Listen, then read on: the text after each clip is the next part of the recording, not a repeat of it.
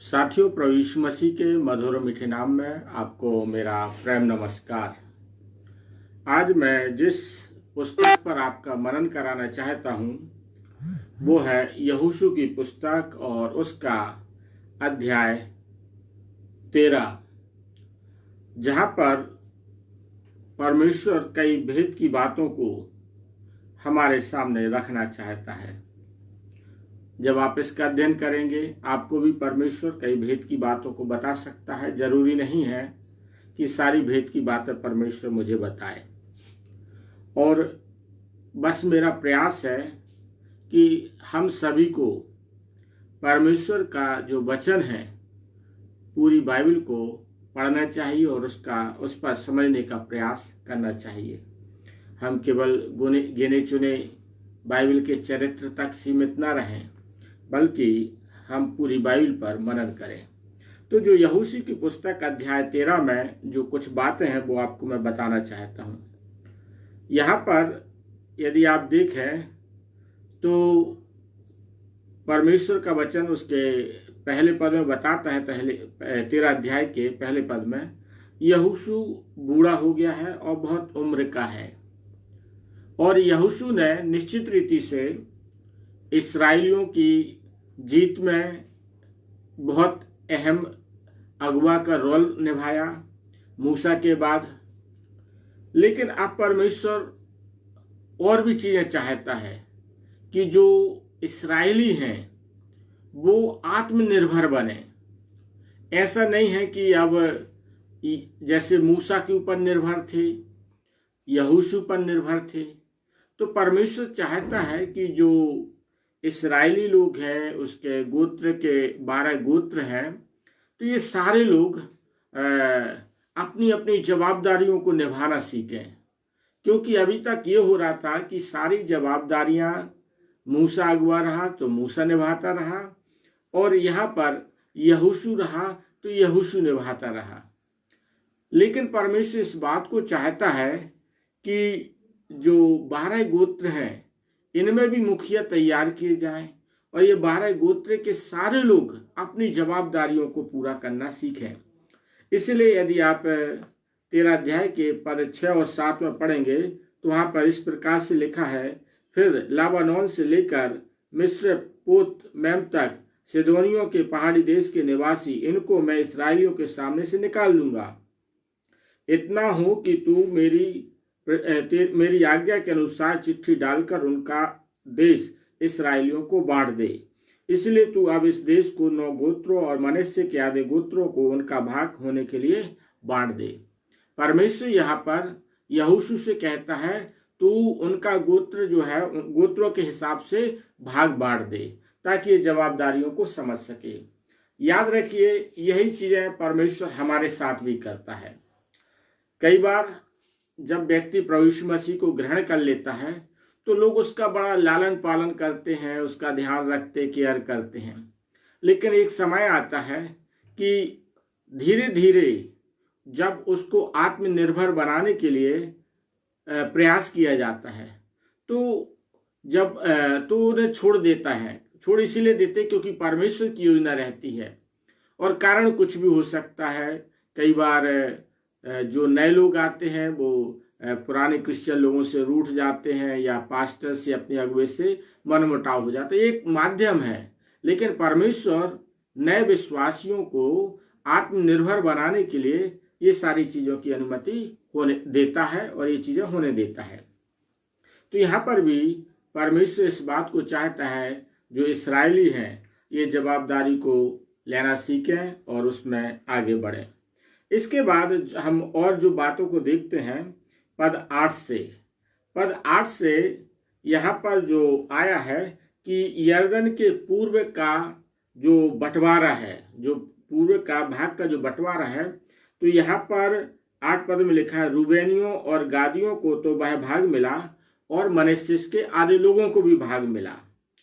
और यहाँ पर इन रूबेनियों और गादियों और मनश्शे को यदि आप देखेंगे तो ये यरदन के पूर्व में, अर्थात यरदन नदी पार करने के पहले इनके लिए मूसा ने भाग दे दिया था।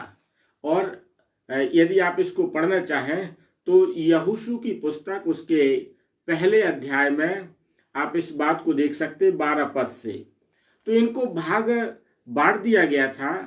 तो परंतु एक चीज इनके द्वारा हमें जो सीखने को मिलती है वो ये मिलती है कि जब इसको यदि आप पढ़ेंगे यहोशू 1:12 से आप 18 में, तो इनको रूबेनियों, गादियों और मनश्शे के आधे भाग को जब इन्हें वहां पर जमीन मिल गई, इन्हें इनका देश मिल गया, तो ये वहां पर ठहरे नहीं रहे, बल्कि इन्होंने वहां पर इस बात की प्रतिज्ञा करते हैं। आप जब पढ़ेंगे तो प्रतिज्ञा करते हैं, वाचा बांधते हैं कि हम अपनी स्त्री बच्चों को तो यहाँ छोड़ जाएंगे इस भाग में, लेकिन हमारे जो बाकी के और गोत्र के जो लोग हैं, जो भाई बंदी हैं, जो उनके भाई हैं, वह उनकी सहायता के लिए तत्पर रहेंगे और उनके लिए भी जीत दिलाएंगे, उनके लिए भी वो युद्ध करेंगे, उनके लिए भी लड़ेंगे और वो चाहेंगे कि जिस प्रकार से भाग मुझे मिला है इसी प्रकार से अन्य जो बचे हुए 9.5 गोत्र के लोग हैं उनको भी वो भाग मिल सके। तो परमेश्वर इस बात को अपने लोगों से अपेक्षा करता है कि जो उसके लोग हैं वो अपने भाई बंदियों की, अपने प्रिय लोगों की सहायता करने में आगे आए। आज की तारीख में आप इस रूप में देख सकते हैं कि प्रभु भी इस बात को चाहता है कि वे लोग जो पुराने मसीह हैं और हर प्रकार से सक्षम हैं, वो अन्य मसीहों की जो किसी न किसी रीति से कमजोर हैं, दुर्बल हैं, आर्थिक रीति से कमी है और अन्य किसी भी रूप में यदि कमजोर है तो वो उनकी सहायता करें। यदि आप देखें तो याकूब में भी, याकूब अपनी पत्री में इस बात को लिखता है कि हमें अपने भाइयों को यदि भूखा देखते हैं, नंगा देखते हैं, तो हमें उनकी सुधि लेना है। जैसे आप याकूब 2:15 और 17 पद में पढ़ सकते हैं। इसके बाद आप इसी चीज को सहायता करना है अपने भाइयों की, तो उसके लिए परमेश्वर का वचन हमें इस बात को बताता है। मत्ती रचित सुसमाचार आप उसके 5वें अध्याय के पद 42वें पद पढ़ेंगे। यीशु कहते हैं जहां पर कि जो कोई तुमसे मांगे उसे दे और जो कोई तुमसे उधार लेना चाहे उससे मुँह ना मोड़। और ये उनके विषय में प्रभु यीशु मसीह कह रहा है जो एक प्रकार से शत्रु हैं। तो आप सोचिए, प्रभु यीशु मसीह अपनी शिक्षा में इस बात को सिखाता कि यदि तेरे शत्रु तुझसे मांगने आते हैं, उधार लेने आते हैं, तो मांगने पर उन्हें देना है, और उधार यदि मांगने आते तो हमें मुंह नहीं मोड़ना। तो आप सोचिए, जब शत्रुओं की सहायता की बात प्रभु यीशु मसीह करता है, तो जो हमारे अपने लोग हैं, विश्वासी भाई बहन हैं, तो हमें उनकी मदद करने के लिए कितना आगे आना चाहिए। याकूब 4:17 में इस बात को कहता है, यदि कोई भलाई करना जानता है और भलाई नहीं करता है तो वह उसके लिए पाप है। और यही बात हम यहाँ पर जो देखते हैं कि रूबेनियों और गादी जो लोग हैं, ये इस बात को तैयार रहते हैं कि हमें अपने जो अन्य गोत्र के लोग हैं, हमें उनकी मदद करना है। तो यहोशू की पुस्तक में हम ये 8वें पद में इस बात को हम देखते हैं। इसके बाद हम एक और चीज है इसमें देखते हैं यहोशू की पुस्तक में कि जहां पर परमेश्वर यहोवा इस बात को बताते हैं 13 के 14 में और 13 के ही 33 पद में, जहां पर परमेश्वर इस बात को कहता है कि जो लेवी हैं उनका भाग उनका कोई भाग नहीं होगा। और परमेश्वर कहता है जो उनका भाग क्या होगा वो इस बात को बताते हैं जो 14 में लिखा है, जिसे हम पढ़ लेंगे। और लेवी के गोत्रियों को उसने कोई भाग ना दिया, क्योंकि इस्राएल के परमेश्वर यहोवा के वचन के अनुसार उसी के हब उनके लिए भाग ठहरे। अर्थात जो भाग ठहरेगा लेवियों का, परमेश्वर को समर्पित की जाने वाली भेंटें, बलिदान की जाने वाली जो भेंटें हैं, जो परमेश्वर के लिए भेंट की जाएंगी वो चीजें लेवियों का भाग ठहरेंगी।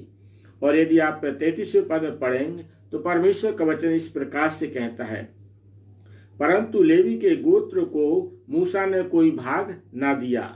इस्राएल का परमेश्वर यहोवा ही अपने वचन के अनुसार उनका भाग ठहरा। अर्थात उनका भाग परमेश्वर ठहरा। लेवियों का भाग कोई जमीन नहीं रही, कोई संपत्ति नहीं रही। परमेश्वर कहता उनका भाग मैं हूं। तो ये सोचिए कितने सौभाग्यशाली रहे इस्राएलियों में लेवी, जिन्हें परमेश्वर कहता है ये मेरे भाग ठहरे। और यदि आप जब पढ़ेंगे तो जो मंदिर की सेवा टहल करने वाले लोग होते थे, जो मंदिर की हर एक प्रकार की व्यवस्था जुटाना है, मंदिर की देखभाल करना है, और मंदिर की जो सेवाकार है, याजकी कार है, तो ये लेवी चुने जाते थे। लेवी में से ही याजक होते थे और लेवियों में से ही महायाजक बनते थे। अर्थात परमेश्वर को यदि इस्राएलियों से कुछ कहना है या इस्राएलियों के से कोई चीजें परमेश्वर तक पहुंचाना है, उनके बीच का जो मध्यस्थता का कार्य करने के लिए परमेश्वर ने ठहराया था। ये बड़े सौभाग्यशाली लोग थे। यदि आप देखें आज के समय में मैं और आप बहुत सौभाग्यशाली लोग हैं, क्योंकि आप जब पत्रस की पत्री पढ़ेंगे और उसके पत्रस की पत्री और उसका पहला पत्रस उसके 2 अध्याय के 9वें पद में, जहां परमेश्वर हमसे इस बात को कहता है कि हम याजकों का समाज हैं और परमेश्वर के द्वारा चुने हुए लोग हैं। तो परमेश्वर ने जिस प्रकार से लेवियों को कोई भाग ना देकर उनसे कहा मैं इनका भाग हूं, आज की तारीख में हम परमेश्वर हमारा भाग है। उसने हमें अधिकार दिया है कि हम डायरेक्ट सीधा प्रभु यीशु मसीह के नाम से हम परमेश्वर से प्रार्थना कर सकते हैं, परमेश्वर का धन्यवाद दे सकते हैं। हम अपने प्रार्थना के हर एक निवेदन, बीमारों के लिए प्रार्थना कर सकते हैं, लोगों के लिए आशीष मांगने के लिए प्रार्थना कर सकते हैं। जो काम लेवी किया करते थे याजक के रूप में, महायाजक के रूप में, वह जवाबदारी आज की तारीख में परमेश्वर ने मुझे और आपको सौंप दी है। तो हम बड़े सौभाग्यशाली लोग हैं कि परमेश्वर ने इतना बड़ा काम मुझे और आपको सौंपा है। तो इस बात को हमें समझना है, हम साधारण लोग नहीं हैं। तो हमारा भाग परमेश्वर है। इसके बाद जो अंतिम बात मैं बताना चाहता हूँ वो आप पढ़ सकते हैं 13 के इसमें 22 पद में। 13 के 22 पद में लिखा है, और इस्राएलियों ने उनके और मारे हुओं के साथ बोर के पुत्र भावी कहने वाले बिलाम को भी तलवार से मार डाला, और रूबेनियों की सीमा यरदन का किनारा ठहरी। तो इन्होंने क्या किया, बिलाम को जो था उसको भी मारा। उसको मारने का कारण था, यदि आप देखें कि जो बिलाम है, आप पढ़ेंगे तो जब इस्राएली लोग आ रहे थे तो बालक राजा ने बिलाम को हायर किया था और चाहा था कि वो इस्राएलियों पर श्राप दे, लेकिन परमेश्वर ने उसके द्वारा आशीष ही दी। लेकिन बाद में इन्होंने इस्राएलियों ने बिलाम को क्यों मारा, तो आप इस बात को यदि पढ़ना चाहें तो प्रकाशित वाक्य उसका 2 अध्याय पद 14 में इस प्रकार से लिखा है। ये जो बिलाम था, इसने क्या किया था, इस्राएलियों को गलत शिक्षा देने के लिए उकसाया था। और लिखा है इस्राएलियों को गलत शिक्षा देने के लिए क्या किया था इसने, ये मूर्ति पूजा पर चढ़ाई हुई वस्तुओं को खाएं और व्यभिचार करें। तो पिरगमुन की कलीसिया के लिए जब बताया जाता है तो कहा कि तू बिलाम की शिक्षा को मानता है, और बिलाम की शिक्षा ये था कि मूर्ति पूजा पर चढ़ाई हुई सामग्रियों को ये खा सकें और व्यभिचार करें। तो जिसके कारण से परमेश्वर ने इस्राएलियों के द्वारा बिलाम को उसका घात कराया, क्योंकि परमेश्वर मूर्ति पूजा से बहुत अधिक घृणा करता है। उसने अपनी पहली आज्ञा में इस बात को रखा है 10 आज्ञाओं में से, तू मुझे छोड़ दूसरों को ईश्वर करके ना मानना और ना ही अपने लिए कोई मूर्ति खोदकर बनाना। और ये बिलाम उसी बात के लिए उकसा रहा था और व्यभिचार करने के लिए परमेश्वर ने मना किया और ये उसी शिक्षा को दे रहा था। तो यहोशू की पुस्तक अध्याय 13 में ये कुछ बातें थी जो परमेश्वर की आत्मा ने सिखाया कि इस अध्याय पर मैं आपका मनन करा सकूं।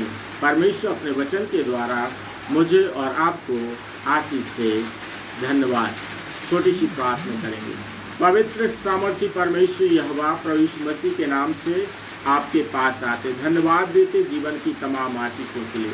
होने दीजिए पिता परमेश्वर, आप हमें ऐसा मन दीजिए कि हम आपकी वचन की भेद की बातों में और मजबूती से आगे बढ़ें और आपकी महिमा कर सकें। सारी बातों में धन्यवाद देते हुए प्रार्थना प्रभु यीशु नासरी के नाम से मांगते हैं। आमीन आमीन आमीन। धन्यवाद।